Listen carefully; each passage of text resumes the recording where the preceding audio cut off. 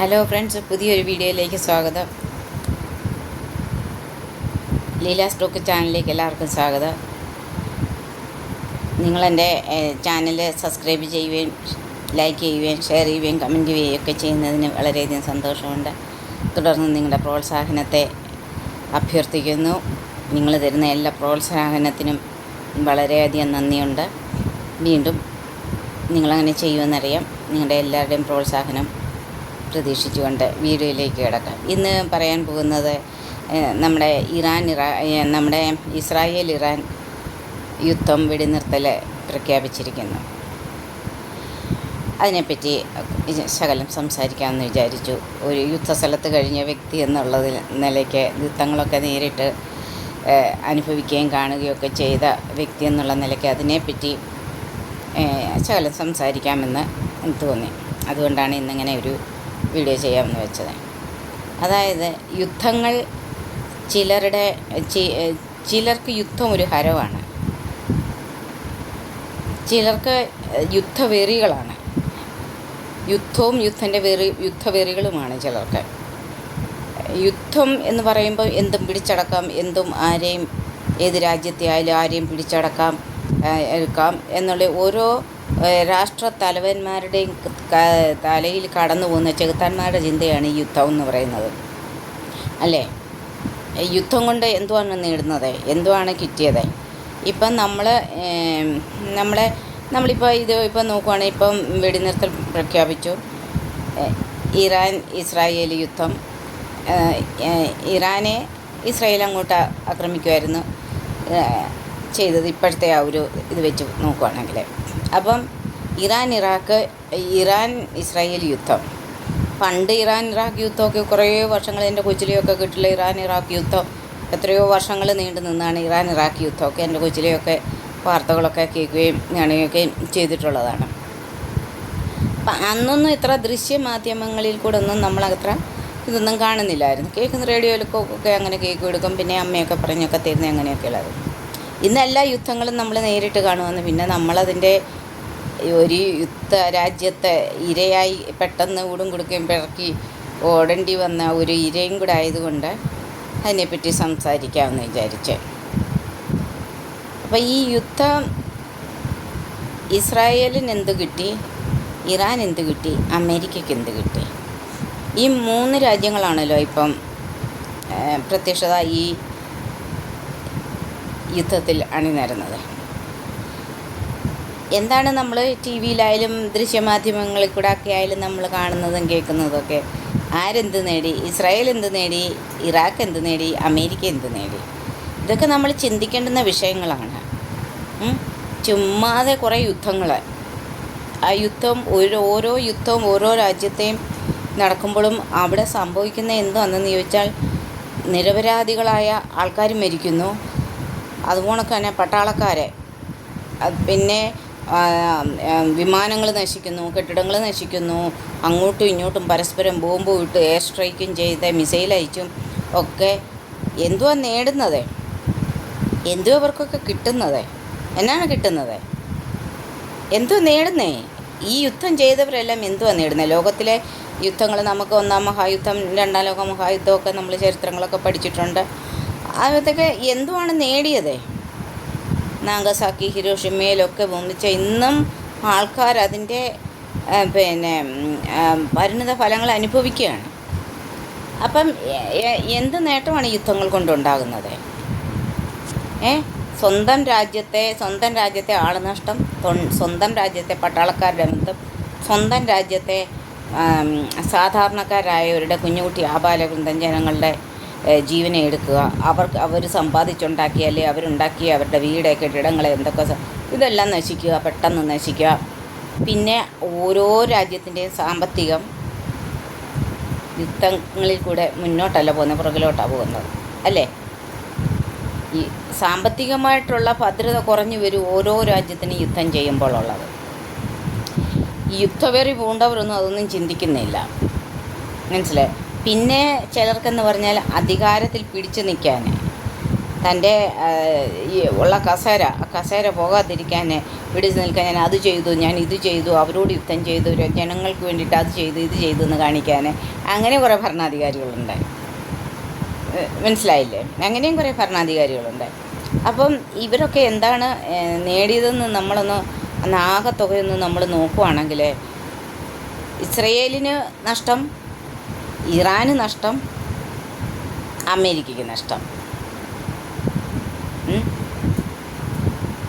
അമേരിക്കയ്ക്ക് നഷ്ടം. അമേരിക്കയ്ക്ക് നഷ്ടം ഇനി കൂടി വരുമെന്ന് കണ്ടപ്പോൾ അമേരിക്ക അന്നേരം സന്ധിക്കിറങ്ങി. നോക്കിക്കോണേ, ട്രംപിൻ്റെയൊക്കെ ഓരോ അടവും കാര്യങ്ങളുമൊക്കെ എന്നുള്ളതൊക്കെ പെട്ടെന്നാണ് അവർ നേരിട്ട് ഇറാൻ നേരിട്ട് അമേരിക്ക ആക്രമിക്കാൻ പോയില്ല. അവർ ഖത്തറിലുള്ള അവരുടെ വിമാനത്താവളമാണ് ഈ അമേരിക്കയുടെ സൈനിക കേന്ദ്ര താവളങ്ങളുള്ള അവിടെയാണ് അവർ ഇറാൻ ആക്രമിച്ചത്. അപ്പോൾ അവർ നേരിട്ട് ചെയ്തില്ല, പക്ഷേ അത് ഖത്തറിൻ്റെ ഇതിലാണ് ചെയ്തത്. അപ്പം അമേരിക്കയ്ക്ക് അങ്ങനെ എല്ലാ ഗൾഫ് രാജ്യങ്ങളിലും, മിക്കവാറും ഗൾഫ് രാജ്യങ്ങളിലെല്ലാം ഇതിനെ സൈനിക താവളങ്ങളുണ്ട്. അപ്പം ഖത്തറിലടിച്ചപ്പം എന്താ സംഭവിച്ചത്? പെട്ടെന്ന് ട്രംപിനൊരിത് വന്നു. അനേക താവളങ്ങളാണ് അങ്ങനെ ഉള്ളത്, പല കുവൈറ്റിൻ്റെ UAE എല്ലാ പ്രദേശത്തൊക്കെ. അപ്പോൾ അത് നശിക്കുക. അപ്പം ഇസ്രയേൽ സത്യത്തിൽ അമേരിക്ക എന്താ ചെയ്തത് ഇസ്രയേലിനോട്? ഒരു കണക്കിന് ട്രംപിൻ്റെ വാക്ക് കേട്ടും കൊണ്ട് അടിക്കാൻ പോയ ഇസ്രയേലിന് എന്തോ പറ്റിയത്? ഈ ട്രംപിനെ അടിക്കുന്നു എന്ന് കണ്ടപ്പം ട്രംപ് അന്നേരം പെട്ടെന്ന് സമാധാനം വേണമെന്ന് പറഞ്ഞ് ഇറാനോട് കെഞ്ചിയെന്നാണ് പറയുന്നത്. അപ്പം രണ്ട് രാജ്യങ്ങളെ തമ്മിൽ കൂട്ടിയടിപ്പിക്കുക. അമേരിക്കയുടെ പരിപാടി എന്താ? ട്രംപിൻ്റെ പരിപാടി ഇപ്പോൾ എന്തോ കാണിച്ചത്? രാജ്യങ്ങളെ തമ്മിൽ കൂട്ടിയടിപ്പിച്ച് അതിൻ്റെ മൂർധന്യാവസ്ഥയിലാകുന്ന ഉടനെ പിന്നെ തങ്ങളെ ആക്രമിക്കുമോ എന്നുള്ള ഇത് വരുന്ന സമയത്ത് ഞങ്ങൾ സന്ധിക്കിറങ്ങുക. നോക്കണേ, ട്രംപിൻ്റെ ഒരു ഇപ്പം പിന്നെ അമേരിക്കൻ പിന്നെ അമേരിക്കയുടെ ഇപ്പം നമ്മുടെ ഇന്ത്യ പാക് യുദ്ധം നടന്ന സമയത്ത് ആ യുദ്ധം നിർത്തിയ ഉടനെ കുറേ യുദ്ധവീറികൾ പറഞ്ഞത് കേട്ടില്ലേ? പിന്നെ ചിലർക്ക് യുദ്ധം ഒരു ഹരമാണ്. അവരിത്രയും പേരെ കൊന്നോ, സ്ട്രൈക്ക് ചെയ്തു അല്ലേ, അവരിത്രയും പേരെ അടിച്ചോ, ഞങ്ങൾക്ക് അതിൻ്റെ ഇരട്ടി അടിക്കണം. പിന്നെ ഇവരടിക്കും, പിന്നെ ഇവരടിക്കും. അപ്പം യുദ്ധവെറികൾ ആണ് ഇതിൻ്റെ അകത്തിലുണ്ടാകുന്നത്. ആർക്കാ ലാഭം കിട്ടുന്നത്? ആർക്കെന്തോ ലാഭം കിട്ടുന്നു? യുദ്ധം ചെയ്ത് ഏതെങ്കിലും ഒരു രാജ്യത്തിന് എന്തെങ്കിലും ലാഭം കിട്ടിയിട്ടുണ്ടോ? എന്തെങ്കിലും ഒരു ഗുണം ഉണ്ടായിട്ടുണ്ടോ? യുക്രൈനും റഷ്യയും കൂടെ യുദ്ധം തുടങ്ങിയിട്ട് ഇപ്പോൾ എത്ര നാളായി? യുക്രൈൻ എന്തോ കിട്ടി? റഷ്യക്ക് എന്തോ കിട്ടി? അവനവൻ്റെ രാജ്യത്തെ സമ്പദ് വ്യവസ്ഥയും അവനവൻ്റെ രാജ്യത്തെ ജനങ്ങളും അവനവൻ്റെ രാജ്യത്തെ ഗവൺമെൻറ് നിർമ്മിതമായ അല്ലെങ്കിൽ മറ്റുള്ളതായ കെട്ടിടങ്ങളായാലും സ്ഥാപനങ്ങളായാലും അടിയുകയാണ്. അവിടെ എന്തുവാണ് നേടുന്നത്? അവിടെ എന്താ നേടുന്നത്? ഈ ലോക നേതാക്കളുടെ തലമണ്ടയിൽ എന്തെങ്കിലും കയറും, എന്നിട്ട് അവരിത് ചെയ്യും. പിന്നെ ഭരണാധികാരികൾ, രാഷ്ട്ര തലവന്മാരുണ്ട്, രാജ്യ ഭരണാധികാരികളുണ്ട്. അവരുടെ പരിപാടി എന്താണെന്ന് വെച്ചാൽ അവരിപ്പം പിന്നെ പ്രസിഡൻറ്റോ പ്രധാനമന്ത്രിയോ ആയിക്കോട്ടെ, അപ്പം അവരുടെ സ്ഥാനം പോകാതിരിക്കാൻ വേണ്ടിയിട്ട് അവർക്ക് പിന്നെയും അവരുടെ സ്ഥാനത്ത് നിലനിൽക്കാൻ വേണ്ടിയിട്ട് കണ്ടോ ഞങ്ങൾ അന്യരാജ്യത്തെ അടിച്ചു, കണ്ടോ ഞങ്ങളുടെ ജനങ്ങളെ രക്ഷിച്ചു, കണ്ടോ ഞങ്ങൾ അന്യരാജ്യത്തോട് ഞങ്ങൾ ഇത് ചെയ്തു, ഞങ്ങൾ എന്നിട്ട് സ്വന്തം രാജ്യത്തെ ജനങ്ങൾക്ക് വേണ്ടിയിട്ടും ഞങ്ങൾ ഇത് ചെയ്തു എടുത്തു എന്നുള്ള ഒരു വ്യവസ്ഥിതി ഉണ്ടാക്കിയെടുത്തിട്ട് അതിൽ കൂടെ വോട്ട് നേടുക. ഇപ്പം എന്തുകൊണ്ടാണ് ഇസ്രായേലിൽ തന്നെ ആൾക്കാർ നെതന്യാഹുവിന് വിപരീതമായിട്ട് ഇറങ്ങിയത്? എന്തുകൊണ്ടാണ് ഇറങ്ങിയത്? കാരണം ഹമാസ് ബന്ദികളാക്കി വെച്ചിരിക്കുന്ന 20 പേരെ ഇസ്രായേലികളെ ഇതുവരെ മോചിപ്പിച്ചിട്ടില്ല. അവരെ ഒന്നും മോചിപ്പിച്ചിട്ടുമില്ല, യഥാർത്ഥ കാര്യങ്ങളിലോട്ടൊന്നും കടക്കുന്നുമില്ല. ഹമാസിനെ അടിക്കുന്നു, ഇറാനെ അടിക്കുന്നു, അങ്ങോട്ട് കയറി അടിക്കുന്നു, ഇങ്ങോട്ട് കയറി അടിക്കുന്നു. അപ്പം നെതന്യാവിൻ്റെ ഒരു നിലനിൽപ്പ് ആവശ്യമാണ്. കാരണം ആ രാജ്യത്ത് തന്നെ നെതന്യാവിന് എതിരായിട്ട് കണ്ടില്ലേ ആൾക്കാർ തെരുവിലിറങ്ങി ജാഥയും കാര്യങ്ങളും എല്ലാം നടത്തിയത് കണ്ടില്ലേ. അപ്പം അയാൾക്ക് ഇനി അടുത്ത തെരഞ്ഞെടുപ്പിൽ അയാൾക്ക് നിൽക്കണമെന്നുണ്ടെങ്കിൽ അല്ലെങ്കിൽ ജയിക്കണമെന്നുള്ള, കാരണം ഒരു പ്രാവശ്യം പിന്നെ പ്രധാനമന്ത്രി കസേരയോ പ്രസിഡന്റ് അങ്ങനെയുള്ള എന്തെങ്കിലും കിട്ടിക്കഴിഞ്ഞാൽ പിന്നെ അതിനെ വിട്ടുമാറാൻ ഭയങ്കര പ്രയാസമുള്ള നേതാക്കളാണ് ഇന്ന് നമ്മൾ കാണുന്നത്. ഒരു ഒരു ഒരു കുർസി കിട്ടിയോ, ഒരു കസേര കിട്ടിയോ, അധികാരത്തിൻ്റെ കിട്ടിയോ, അയ്യോ പിന്നെ അത് കടിച്ചു തൂങ്ങി, പിന്നെ അത് എങ്ങനെയെങ്കിലും അതിൽ നിന്ന് മാറാതിരിക്കാനാണ് അതിനെന്തോ അവർ ചെയ്യും. അപ്പോൾ അവർ രാജ്യത്തെ ജനങ്ങളുടെ സേവനത്തിന് വേണ്ടി, ജനങ്ങളെ അല്ല ശരിക്കും അവർ സ്നേഹിക്കുന്നത്. ഏതെങ്കിലും ഒരു ഭരണാധികാരി സത്യസന്ധമായിട്ട് തൻ്റെ ദേശത്തെ, തൻ്റെ രാജ്യത്തെ അല്ലെങ്കിൽ തൻ്റെ പ്രജകളെ സ്നേഹിക്കുന്നുവെങ്കിൽ അവരുടെ ഉന്നമനത്തിനായിട്ടും അവരുടെ കരുതലിനായിട്ടും അവരെ അതിന് വേണ്ടിയിട്ട് പ്രവർത്തിക്കുന്നു എന്നുണ്ടെങ്കിൽ ഒരു യുദ്ധത്തിനും പോകത്തില്ല, യുദ്ധസഹജമായ ഒരു കാര്യത്തിലിട്ടും പോകത്തില്ല. രാജ്യത്തെ ജനങ്ങളുടെ അഭിവൃദ്ധിക്കും അവരുടെ നിലനിൽപ്പിനും അവരുടെ എല്ലാവിധമായ ഉന്നമനത്തിനും വേണ്ടി പ്രവർത്തിക്കുന്നതാണ് ഒരു യഥാർത്ഥ ഭരണാധികാരി എന്ന് പറയുന്നത്. ഒരു യഥാർത്ഥ ഭരണാധികാരിയുടെ കർത്തവ്യം എന്തുവാ? ആ സ്ഥാനത്ത് ചുമ്മാതങ്ങത്തത്തില്ലല്ലോ.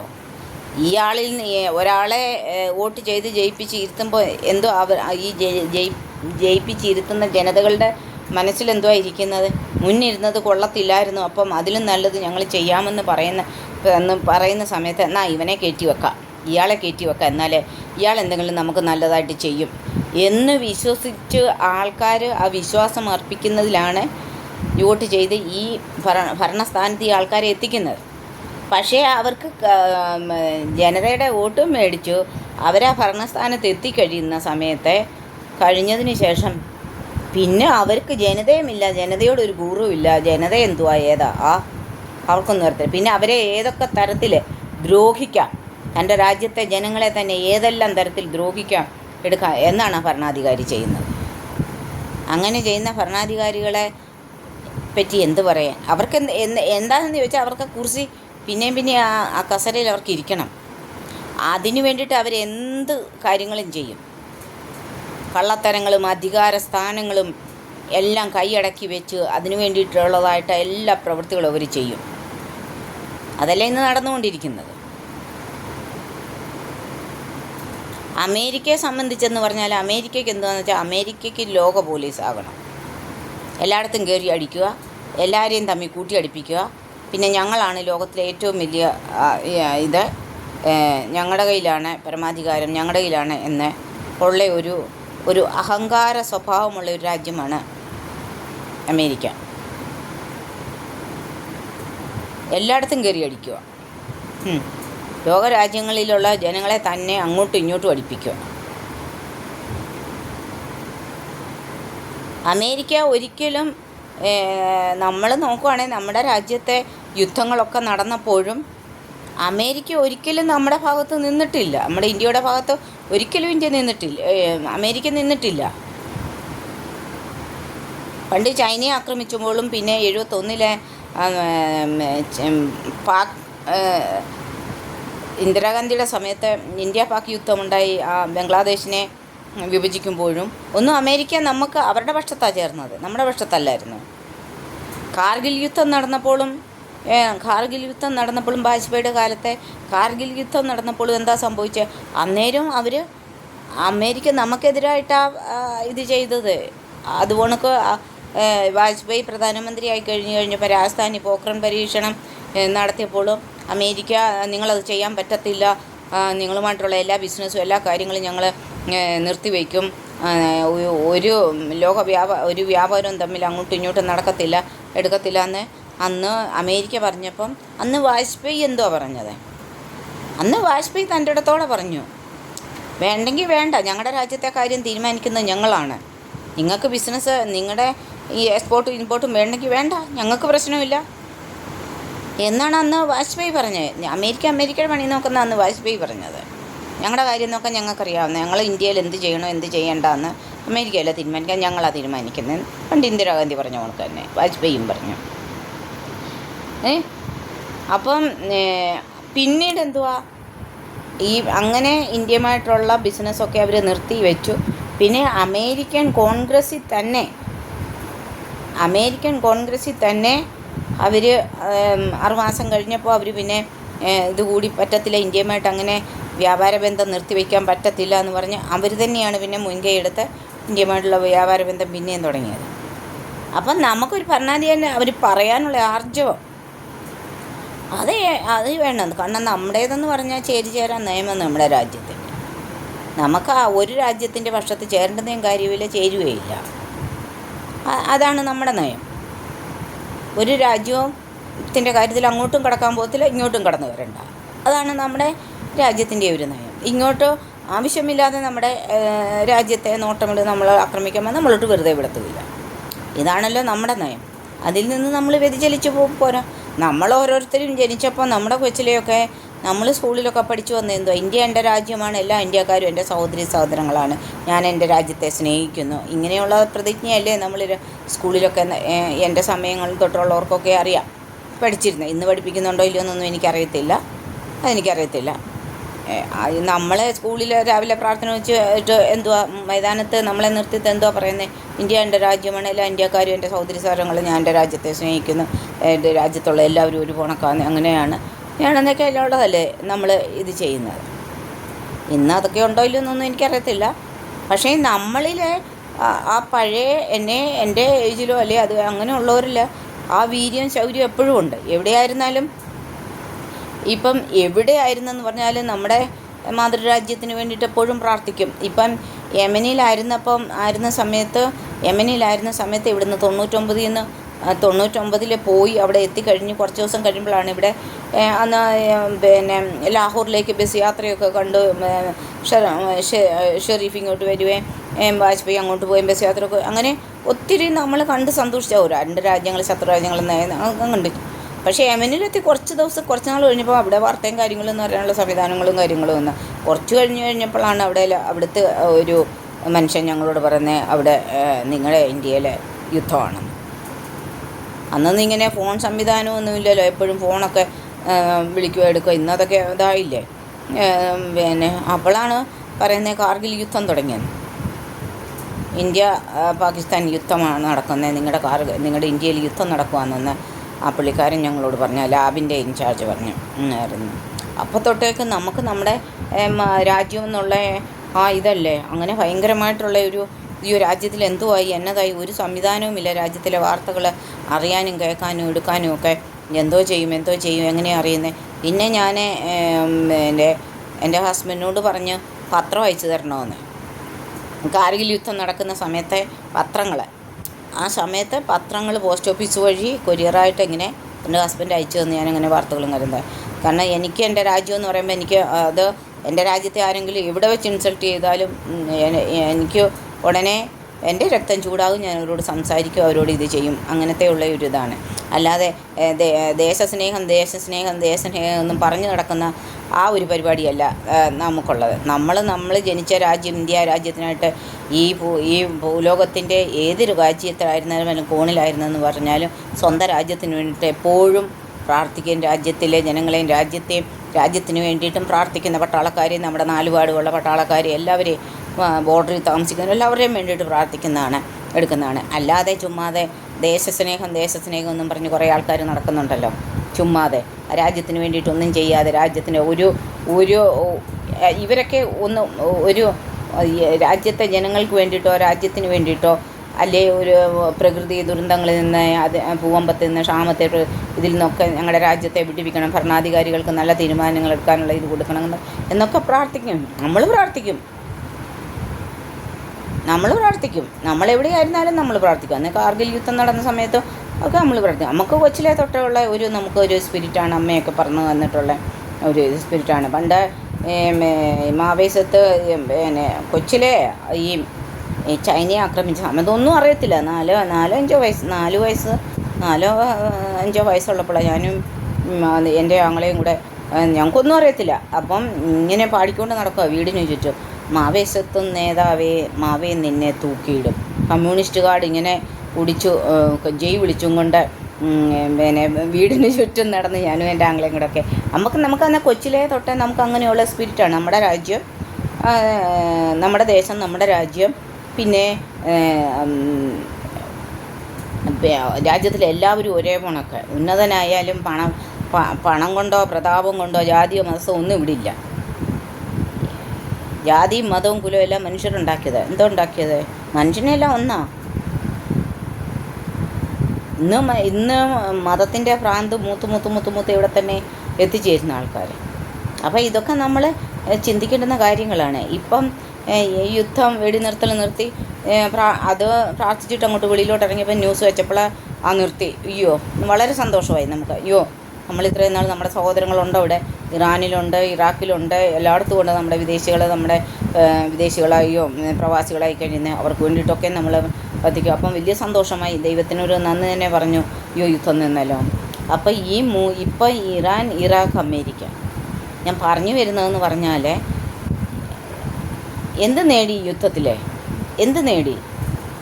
നഷ്ടങ്ങളല്ലാതെ എന്തെങ്കിലും നേടിയോ ഈ 3 രാജ്യവും? ഇന്ത്യ പാകിസ്ഥാൻ യുദ്ധം നടന്നു, എന്തെങ്കിലും നേട്ടം നേടിയോ? ഇതുവരെയും ആതങ്കവാദികളെ വന്ന് വെടിവെച്ചവരെ കണ്ടുപിടിച്ചിട്ടുമില്ല. അവരുടെ സ്കെച്ച് വിട്ടത് തന്നെ തെറ്റാണെന്ന് പറയുന്ന കേട്ടോ. 27 പേരെ കൊന്നവരെ അവരെ ഇതുവരെയും പിടിച്ചോ? നമ്മുടേതും കുറേ വിമാനം നഷ്ടപ്പെട്ടു, അവിടെയും നഷ്ടപ്പെട്ടു. അതിർത്തി താമസിക്കുന്നവരുടെ കുറേ വീടുകളും കാര്യങ്ങളും ഒക്കെ നഷ്ടപ്പെട്ടു. എന്തോ കിട്ടിയത്? പാകിസ്ഥാൻ എന്തോ കിട്ടി? ഇന്ത്യക്ക് എന്തോ കിട്ടി? എല്ലാം നഷ്ടം തന്നെ. ഇറാൻ എന്തോ കിട്ടി? ഇസ്രായേലിന് എന്തോ കിട്ടി? അമേരിക്കയ്ക്ക് എന്തോ? എല്ലാം നഷ്ടങ്ങൾ തന്നെ.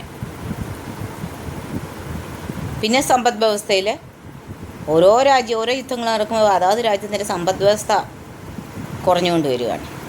അപ്പം ഞാനിപ്പോൾ ഈ വീഡിയോയിൽ കൂടെ പറയാൻ ശ്രമിക്കുന്നത് യുദ്ധവും യുദ്ധവെറികളും കൊള്ളത്തില്ല. യുദ്ധം നിൽക്കുമ്പോൾ കുറേ ആൾക്കാർ എന്തിനാണ് യുദ്ധം നിന്നത്? അതായത് യുദ്ധം ഒരു ഹരമായിട്ട് തീർന്നിരിക്കുന്ന കുറേ ആൾക്കാരുണ്ട്. അപ്പം സമാധാനമാണ് ഉണ്ടാകേണ്ടുന്നത്. അയൽ രാജ്യങ്ങളുമായിട്ടായാലും ലോകരാജ്യങ്ങളുമായിട്ടും ലോകത്തിലെ ശാന്തി സമാധാനമാണ് വേണ്ടത്.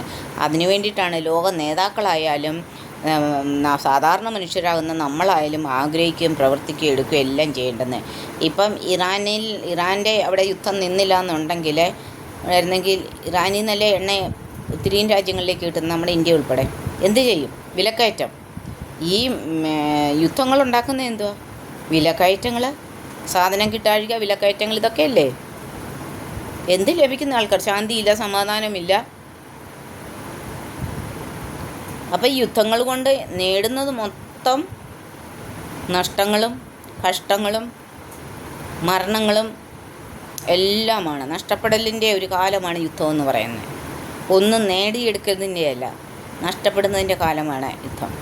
അതുകൊണ്ട് ഇനി യുദ്ധങ്ങളൊക്കെ അവസാനിക്കട്ടെ. അതുകൊണ്ട് ഇപ്പോൾ ഇസ്രായേൽ അവിടെയും ശാന്തി വരട്ടെ എന്ന് ആശിക്കുന്നു, പ്രാർത്ഥിക്കുന്നു. അതോടൊപ്പം റഷ്യ, യുക്രൈൻ എല്ലാം ഇതാകട്ടെ.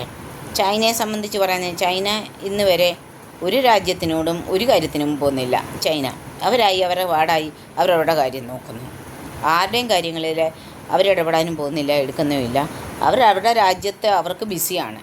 ഓരോരോ പുതിയ ടെക്നോളജിയും കാര്യങ്ങളും എങ്ങനെ ഉണ്ടാക്കാം, എങ്ങനെ നിർമ്മിക്കാം എന്നുള്ള ഇതിലാണ് അവിടുത്തെ ആൾക്കാർ. ഇന്ന് ലോകത്തിൽ വ്യാപാരത്തിൽ ഒന്നാമത് നിൽക്കുന്നതാണ് ചൈന. അവരതിലാണ് അവർ കാണുന്നത്. അവരുടെ രാജ്യത്തെ എത്രയും അവർ സമ്പദ് വ്യവസ്ഥയിലൊക്കെ മുന്നോട്ട് കൊണ്ടാണ് അവർ ചിന്തിക്കുന്നത്. അതുപോലെ അവിടുത്തെ കൊച്ചുങ്ങൾ വരെ പോലും എന്തെല്ലാം ടെക്നിക്കുകളാണ്, എന്തെല്ലാം കാര്യങ്ങളാണ് ചെയ്യുകയും എടുക്കുകയൊക്കെ ചെയ്യുന്നത്.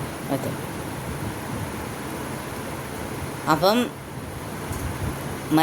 ലോക നേതാക്കൾ എൻ്റെ തലയിൽ ചെകുത്താൻ കയറി കഴിഞ്ഞാൽ പിന്നെ ഇരിക്കുന്ന കസേരയും ഭരണ അധികാരത്തിലിരിക്കുന്ന കസേരയും വേണമെന്ന് ചിന്തിച്ചു കഴിഞ്ഞാൽ അതിനെന്തും പ്രവർത്തിക്കുന്നു കഴിഞ്ഞാൽ പിന്നെ ഒന്നും പറയണ്ട അവരെപ്പറ്റി. ലോകത്തിൻ്റെ നശീകരണമാണത്. ഹിറ്റ്ലർ എന്തോ നേടി? ലോകത്തെ മൊത്തം വിറപ്പിച്ച ഹിറ്റ്ലർ എന്ത് നേടി? എന്തുവായിരുന്നു ഹിറ്റ്ലറിൻ്റെ അന്ത്യം? എൻ്റെ പട്ടിക്കും വിഷം കൊടുത്ത് ഭാര്യയ്ക്കും വിഷം കൊടുത്തിട്ട് ആത്മഹത്യ ചെയ്തു. എന്തോ കൊണ്ടുപോയി? എന്തോ നേടി? രാജ്യങ്ങൾ ഓരോന്നോരോന്ന് പിടിച്ചടക്കി. എന്തോ കൊണ്ടുപോയി? എന്നെ പറ്റിയേ സൂയിസൈഡ് ആത്മഹത്യ ചെയ്യേണ്ടി വന്നു. അപ്പോൾ ഓരോ ഭരണാധികാരികളും ചിന്തിക്കുന്നത് ദേശത്തിലെ അവനവൻ്റെ രാജ്യത്തിലെ ജനങ്ങളെ സ്നേഹിക്കുക. അത് ഏതൊക്കെ ജാതി മത വ്യവസ്ഥയിലുള്ളവരാണെന്ന് പറഞ്ഞാലും പ്രജകൾ വേണം പറയാം.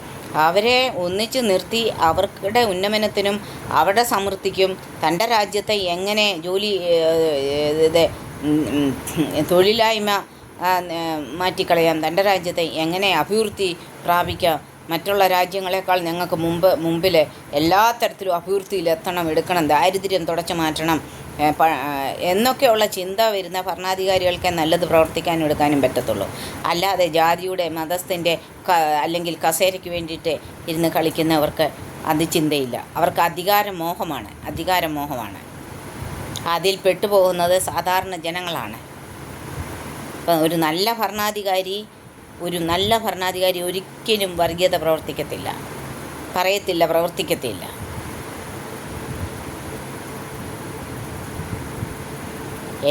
നമ്മളെ ഭൂമിയിലെ ദൈവം മനുഷ്യനെ സ്ത്രീയുമായിട്ട് സൃഷ്ടിച്ച 2 വർഗ്ഗങ്ങളെ സൃഷ്ടിച്ചിട്ടുള്ളൂ. പിന്നെ മനുഷ്യനാണ് അനേക ജാതികളും വർഗ്ഗങ്ങളും കാര്യങ്ങളും എല്ലാം എഴുതി ഉണ്ടാക്കിയൊക്കെ അങ്ങനെയാക്കി വെച്ച്. അല്ല, ദൈവം സൃഷ്ടിച്ചിട്ടുണ്ട്. മനുഷ്യനെ നേരുള്ളതായിട്ട് ദൈവത്തിൻ്റെ ഛായയിലും, ബൈബിളിലെ വചനം പറയുന്ന കണക്ക് ദൈവത്തിൻ്റെ ഛായയിലും ദൈവത്തിൻ്റെ രൂപത്തിലും ദൈവം മനുഷ്യനെ നേരായി സൃഷ്ടിച്ചു. എന്നാൽ മനുഷ്യനെ അനേകം ഉപായങ്ങളെയും അതിക്രമങ്ങളെയും അതുകൊണ്ടാണ് ലോകത്തിലെ കൊറോണ അല്ലെങ്കിൽ ഇങ്ങനെയുള്ള ഓരോ ദുരന്തങ്ങളും കാര്യങ്ങളും ദൈവം അതാത് സമയത്ത് വരുത്തുന്നത്. ഇപ്പം മനുഷ്യർ മാറ്റി ചിന്തിക്കണം. ലോകത്തിൽ സമാധാനം തന്നെ ഉണ്ടാകട്ടെ, എല്ലായിടത്തും സമാധാനം പുലരട്ടെ എന്ന് ആശിക്കുന്നു, പ്രാർത്ഥിക്കുന്നു. ഈ വീഡിയോ ഇവിടെ നിർത്തുന്നു. നമുക്ക് ആശിക്കാം വരുന്ന ആളുകളിലെ യുദ്ധങ്ങളില്ലാത്ത സമാധാനമുള്ള ഒരു ലോകം ആശിക്കാം, പ്രാർത്ഥിക്കാം. ഓക്കെ.